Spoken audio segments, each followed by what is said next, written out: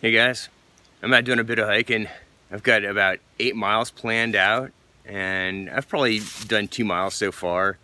I started out with half a canteen of water. Now I need to refill and get a fire going to get some more before I get back on the trail. I just found some tulip poplar bark. I thought we would check that out because if you're in the eastern woodlands, it is a fantastic resource. It kind of looks like this guy right behind me. Almost like something took the claws and drug them right down. Right here is a dead one. Maple will have a similar appearance when it is decaying and dried out, but the bark on the tulip poplar gives it away. You see how these layers of inner bark are like peeling out? It's almost paper-like. This is the stuff. You can make your whole bird's nest right out of this bark. You can see how it's paper thin, and that can just be processed down into little fine fibers. Here's another example. This is just on some standing dead.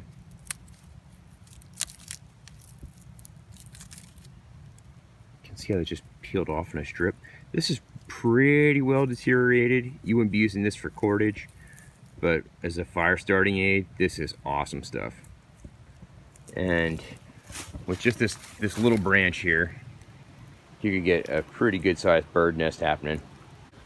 I'm gonna push down the trail and find a water source to fill up the canteen, and then we'll get a fire going.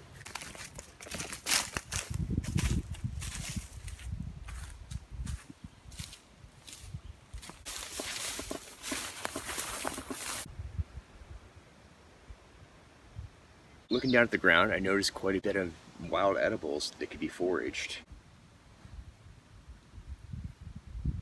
Here we have plantain. You can eat these leaves. You can also chew it up and make a poultice out of it and apply it to a wound. We've got some wild carrot right here. This is strawberry, or it'll make strawberries, it will be strawberries. These white flowers. Down here we've got dandelion.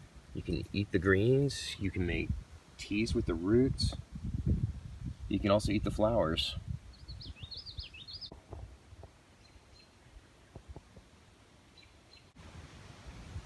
So a month ago, this was completely open, except for the trees.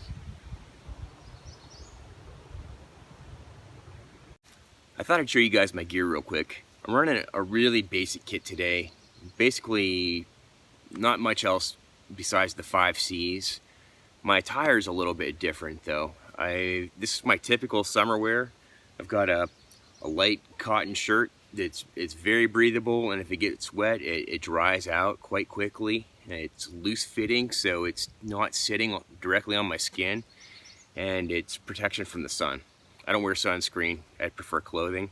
That's why I've got this wide-brimmed hat. And my equipment, I've got my plush palaka rolled up like a bedroll.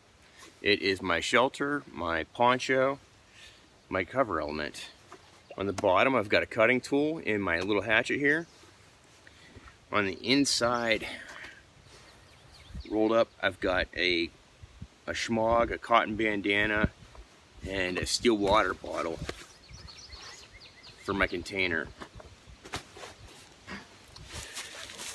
I'm wearing a tactical kilt from Damn Near Kiltum. Yeah, I've been wearing this thing for a couple years now, different kilts, and they're fantastic. So we got a good source of water here.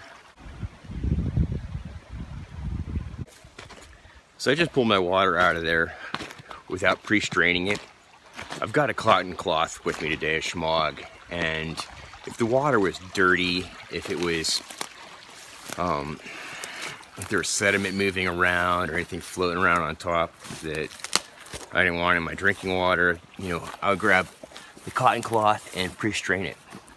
Works really well. It's very easy to do, but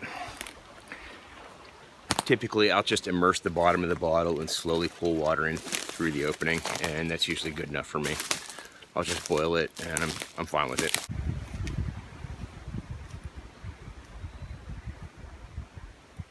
I've definitely had more than a few moments where my tinder wasn't taking off the way I wanted it to, and I would just dig into my ferro rod and, you know, hit it and expect a different result. If I just hit it a couple more times, it'll go. And it's just wasting what you got. So when you see stuff like that happening and your material's not taking off, you want to consider the problem. See what's going on and fix it before you burn out your lighter, use up your matches, or grind down your ferro rod. So I've got this pretty good. Right in my hand here, I would say I've got some coarse and some medium stuff. But all on my hat is some really fine material. So this is about softball size. Then I'm just gonna go around, pick up the larger stuff, make sure that's pretty fine, and I'm putting that right in the middle. And then I'll take my hat and dust off the fine stuff.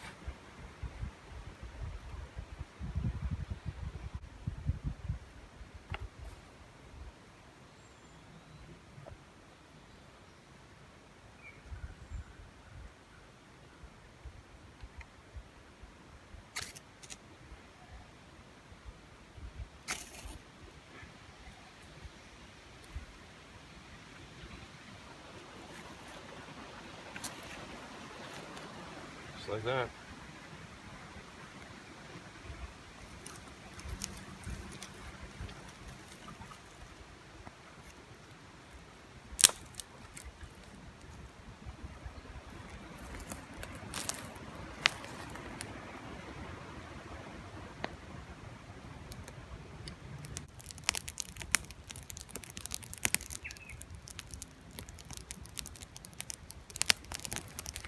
Now I'm going to build up around the bottle.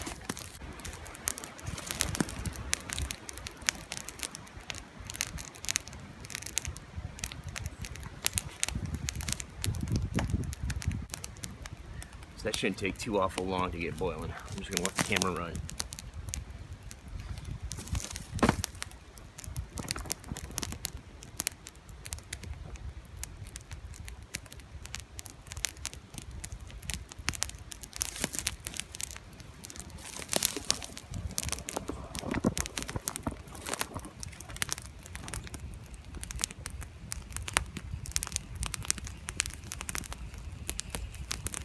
I'm pretty sure we got a boil.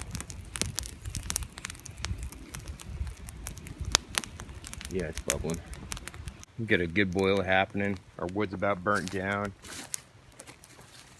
Just collected a little sapling here, piece of green wood. I'm gonna cut a piece off.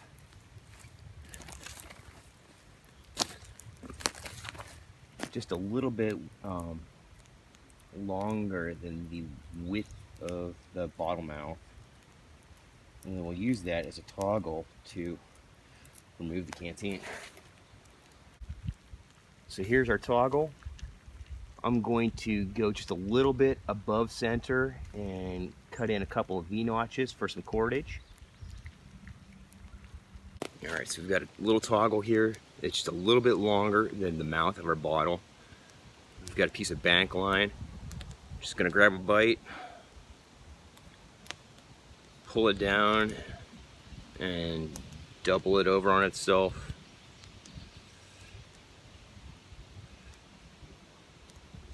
Make a little clove hitch. Insert our stick into the hitch and cinch it down. So then we'll use this to retrieve our bottle. Just like that. You can pull your canteen off the fire and just let it sit to cool down. Or if you're still by your body of water, we're gonna submerge it so I can get back on the trail that much faster. That's awesome. That thing is rip roaring hot. That saves you having to carry, you know, pliers or some kind of tongs or those fish jaw openers. Just like that. I went and grabbed a coal from the fire, and I'm just gonna dip that in there just so you guys can see.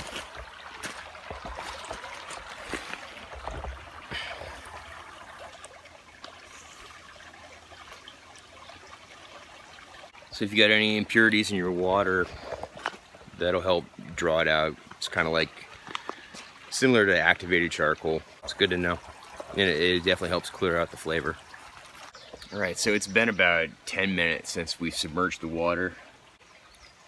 It's cool enough to drink in 10 minutes. So it typically takes about 45 minutes for your water to cool down, just to like what you typically serve for tea. It's still gonna be hot after 45 minutes. So this got it cool enough that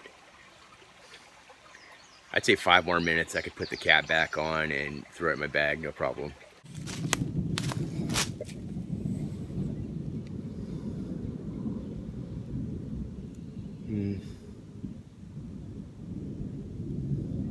Good times. I saw some turkey and some geese on my way back in here. Running a deer trail. So that could be a decent impromptu shelter if you had to get out of the elements. I'm gonna wrap it up for today. There's a pretty good storm blowing in, but I hope you enjoyed. We took a look at tulip poplar bark. What a tremendous resource it is for making your tinder, for your bird's nest, getting your fire started. That fire took right off. We boiled some water and we looked at an efficient way to carry that using a toggle and some bank line. We also looked at my summer attire, rocking the kilt. The amount of gear that you're able to pack onto them, they're awesome. They're made for doing this stuff. Thanks a lot. Thanks for tuning in, guys. Really appreciate it. Please hit the like and subscribe button to help me grow the channel. Thanks a lot. You guys take care.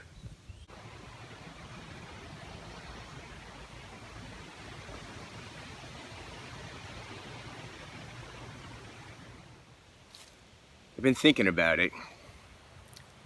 And on one hand, you've got luck. Who's to say how it's gonna go? It's anybody's guess. You get what you get. You either adapt to the situation or you're overcome. But on the other hand, you've got the sum of your experiences. All the little lessons you've learned over the course of your life, all the different things you've done, leading to this one moment. It's how you're prepared. Now all that's left to do is focus your intent.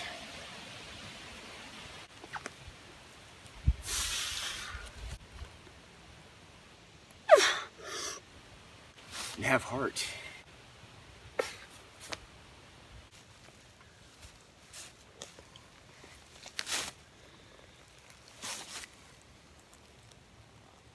And anything's possible.